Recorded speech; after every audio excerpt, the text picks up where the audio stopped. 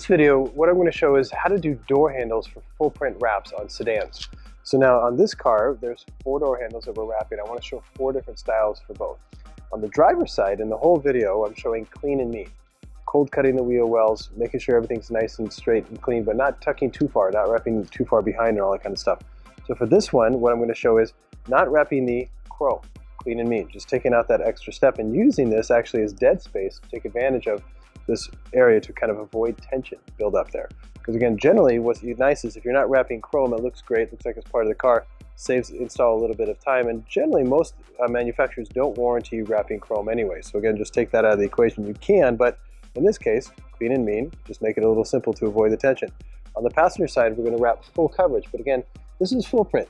If there's a color change, most of the time the door handles are painted back here, you're going to take it farther, but I think this is a really good example where regardless of whether this is painted or not, and what I like is there's molding here, this is as far as I'm going to take a full print wrap. I'm not going to go farther behind. I'm generally going to cut here anyway. So here, this is going to be a tuck and cut right into the base here and at the bottom. And I'm going to cold cut the sides. There's no need to wrap behind the handles for full print, because again, you're not getting the money for it. And again, this is a moving billboard. So again, cutting cold to the edges here, but again, trying to avoid the tension here. A lot of failures you're going to get are right here on the edges because the material gets overstretched. So what I'm going to show in these videos, or in this particular video on door handles, is how to avoid the tension right there and there to get long-term durability, but also how to avoid the lifting there. So again, lots of different tips and tricks on how to approach this. Let's get to it. So first and foremost with the door handles, obviously, is clean them and degrease them. Lots of oil in there, really tight sections there, so you want to get a squeegee in your paper towel, or in this case microfiber towel, and really degrease them, especially ones that have these type of little edges there. Obviously get the bottom, get the base, and especially if you're wrapping these afterwards, your hands have been touching these throughout the install. Obviously clean behind. This one has a molding of the back, so you make sure you clean in there in between the handle.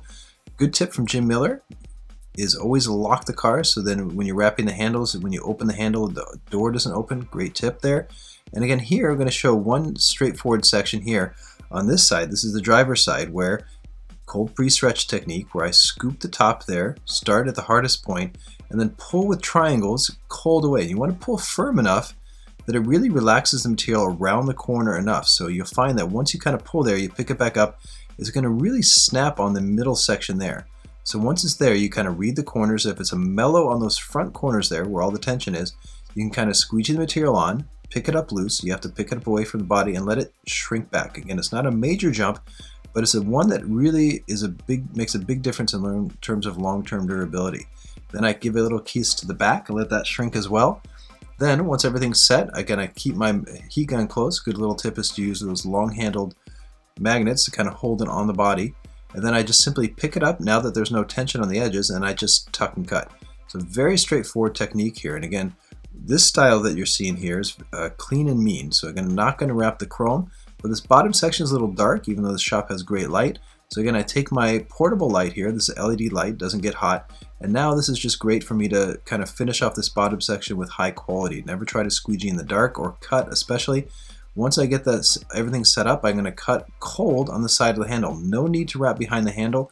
Again, I always think it's risky to wrap behind the handle anyway, because a lot of times the manufacturer doesn't put paint behind the handle. It's just kind of raw plastic, which is a very low surface energy.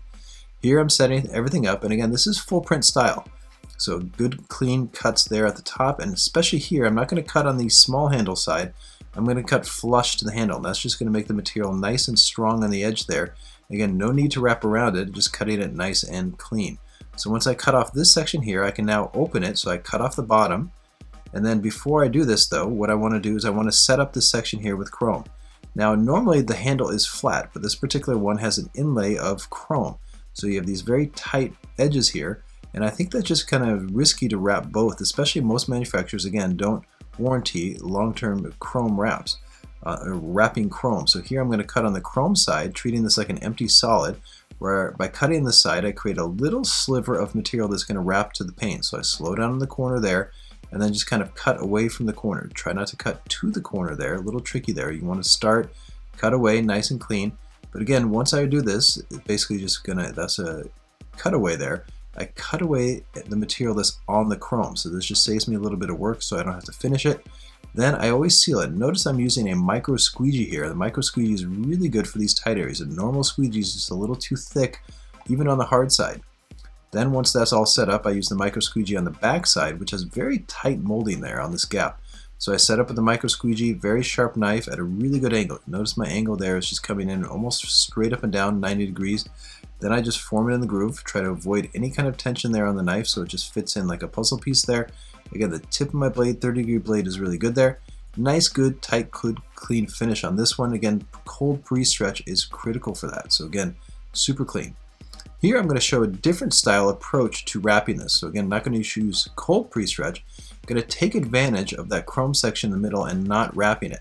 So notice here, instead of trying to find a piece that matches the print there, because there's so many different random colors on the red here, I'm just going to make the door handle one solid color, but because there's so many different patterns of red on this section, it's going to blend perfectly. So don't try to, this is a good tip for those of you who are trying to match graphics up on the door handle to the body, which is really frustrating and hard. Just make it solid, but because I'm matching the pattern or going with the pattern, it's going to look totally fine. So here, what I'm doing is I'm wrapping the corner, upper corner, and the top part first. So again, doing this cold, and by doing this, watch, I'm going to set the material up and I'm taking advantage of this chrome section in the middle. I haven't done the bottom yet, but I'm making what's called a relief cut now, right along the chrome. I squeegee down nice and top, so the top is done, and I'm going to continue it on there. But what I'm doing is I'm going to pick it back up to the front part of the handle, and I'm going to scoop the material, do the corner. What's the hardest part of the handle? The corner. So notice how I scooped it under already, and what I'm doing is I'm feeding the tension, or feeding the material that'll come from me doing the cold here at the bottom. Notice how the material scoops up towards the top, so I have major wrinkles in the middle.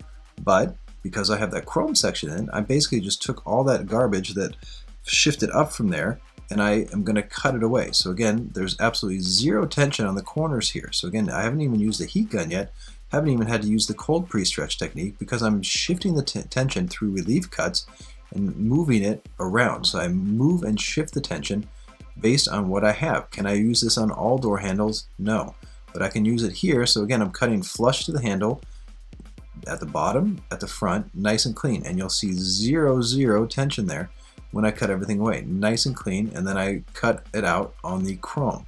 So again, there's all that huge, see that massive wrinkle in the middle of the chrome. If this was a fully painted door handle, there's no way I get away with this. But again, I'm seeing in sections and taking advantage of what I got. Can I use this all the time? No, but I can use it now, and bam, look how easy it is. And again, the front corner of the handle is super strong because I just basically relaxed it around there nice and clean.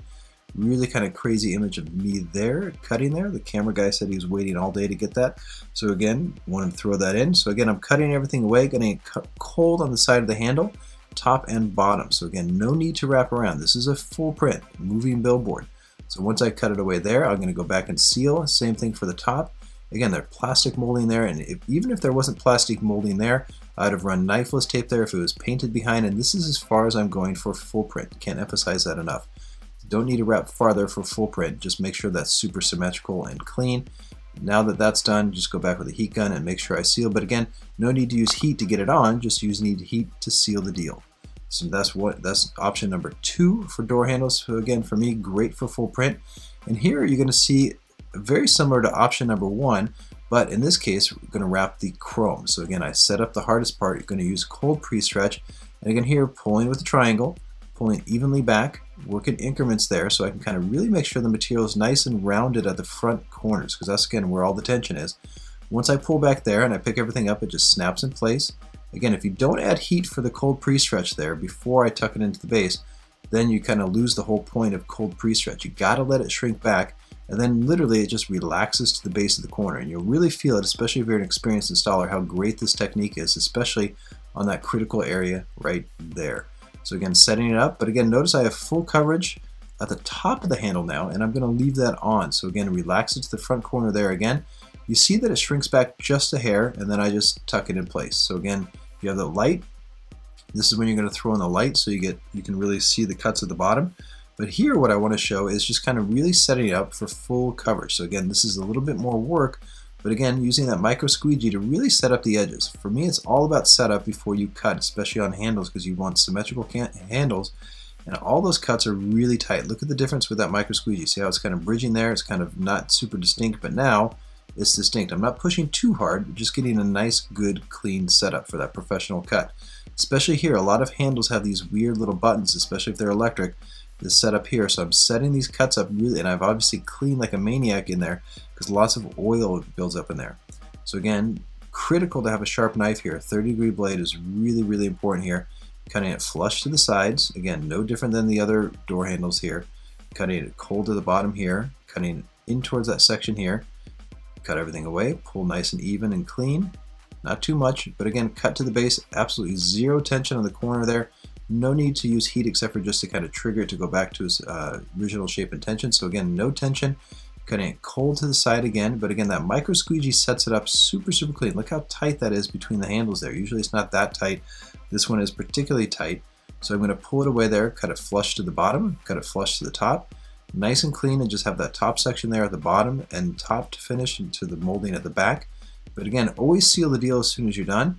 Cutting to the corner right there, I stop, cut slowly down to the bottom corner. You don't want your knife to kind of jump too far there. I stop, and then I work away from the corner, nice and clean. Try not to work to the corner there. Work away from the corner, nice and clean, cutting on the side of the chrome, so it's going to be red from any visual point from below or above the handle. Squeegee away from the handle, squeegee away from the handle, then I'm going to go back later and finish that with the micro squeegee. But again, because I'm covering the handle, I'm going to leave it on. I want to make sure that I get full symmetrical cuts there. So again, if the random cuts doesn't look great, and again, look how I finished the corner there. That micro squeegee, especially the soft one, has a nice conformability as it kind of relaxes around there. Then I set up the corners there where I cut on the side of the button, okay, and I want to cut this flush, nice straightforward there. So again, I don't want to leave this button covered because this button covered is too round of edges. Plus, I think chrome, for wrapping chrome for the long term, especially if it has curves and stuff like that, tends to peel a little bit over time. So again, I like to pick that away and cut it flush there. Always will go back at the end to heat that and seal the deal, but again, try not to cover that button because it gets a little work. Plus, I don't like how it holds the edges for a long time. So again, look how I'm setting up the edges here. Really tight cut there. So again, using the micro squeegee, different angles, different shapes there to really get that finish that I like.